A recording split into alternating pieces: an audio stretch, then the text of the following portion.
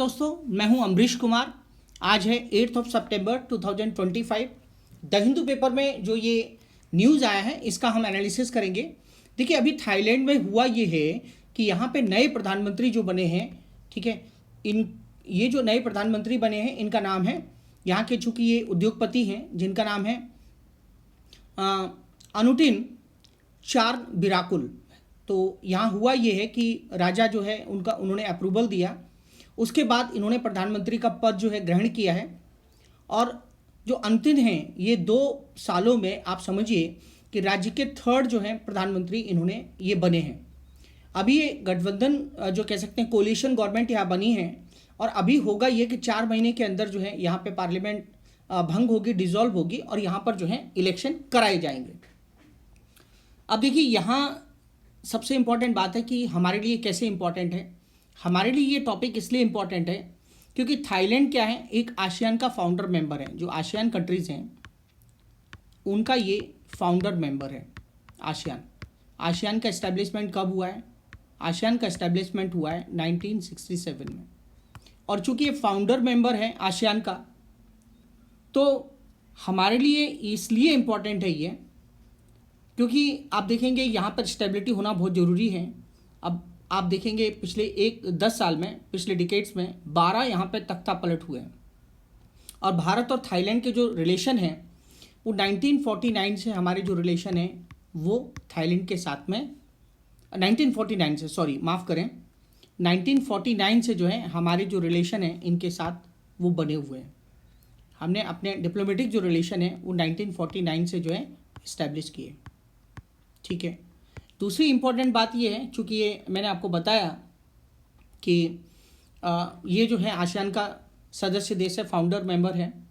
हमने इनके साथ 2024 में अपने डिफेंस कॉपरेशन स्टार्ट किए। 2024 में 2024 में हम इनके साथ जॉइंट एक्सरसाइज भी करते हैं। हमारा जो ट्रेड है इलेक्ट्रॉनिक्स, ऑटोमोबाइल्स में इनके साथ होता है, ठीक है। उसके बाद फिर आप देखेंगे भारत की जो पॉलिसी है वो क्या है, एक्ट ईस्ट पॉलिसी है। तो भारत के एक्ट ईस्ट पॉलिसी में ये जो है आता है। और साथ ही साथ आप देखेंगे आसियान इंडिया डायलॉग में भी है ये। और चूँकि हमारी जो पॉलिसी है वो इंडो पैसिफिक जो स्ट्रैटेजी है, इंडो पैसिफिक जो स्ट्रैटेजी है, तो हम क्या चाहते हैं, हम ये चाहते हैं इंडो पैसिफिक स्ट्रैटेजी में हम ये चाहते हैं कि हमें एक ऐसा कह सकते हैं free and open for all, है ना, ऐसा हमें क्या चाहिए, एक इंडो पैसिफिक चाहिए। तो इसका ये सपोर्ट करता है। अब चूंकि यहाँ पर जो है कह सकते हैं हाइब्रिड रिजीम है।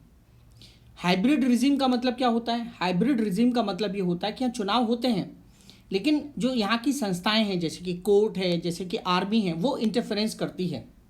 आप समझिए इस बात को। अच्छा, और यहाँ पर राजा की आप आलोचना नहीं कर सकते। यहाँ पे राजा की रक्षा करने का कानून है।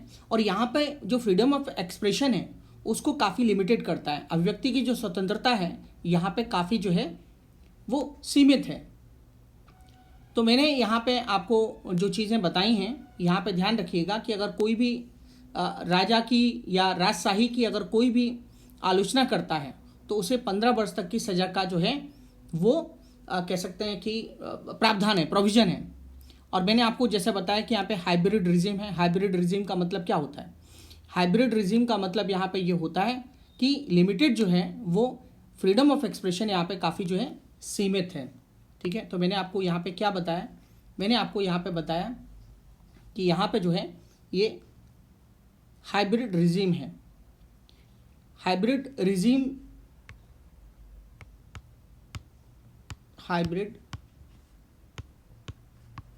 रिजीम है, मतलब लोकतंत्र जो है एक कह सकते हैं आंशिक रूप से यहाँ पे लोकतंत्र है। अब देखिए, भारत की जो साउथ ईस्ट एशिया की जो नीति है ना, वो हमें यहाँ पे ध्यान में रखनी पड़ेगी।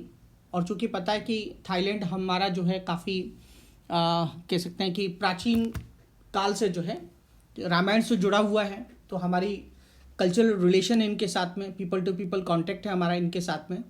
तो यहाँ स्थिरता होनी भारत के लिए बहुत ज़रूरी है। और इसी के साथ जो है ये टॉपिक मैं समाप्त करता हूँ और नेक्स्ट किसी टॉपिक के साथ फिर से मिलेंगे। थैंक यू, धन्यवाद।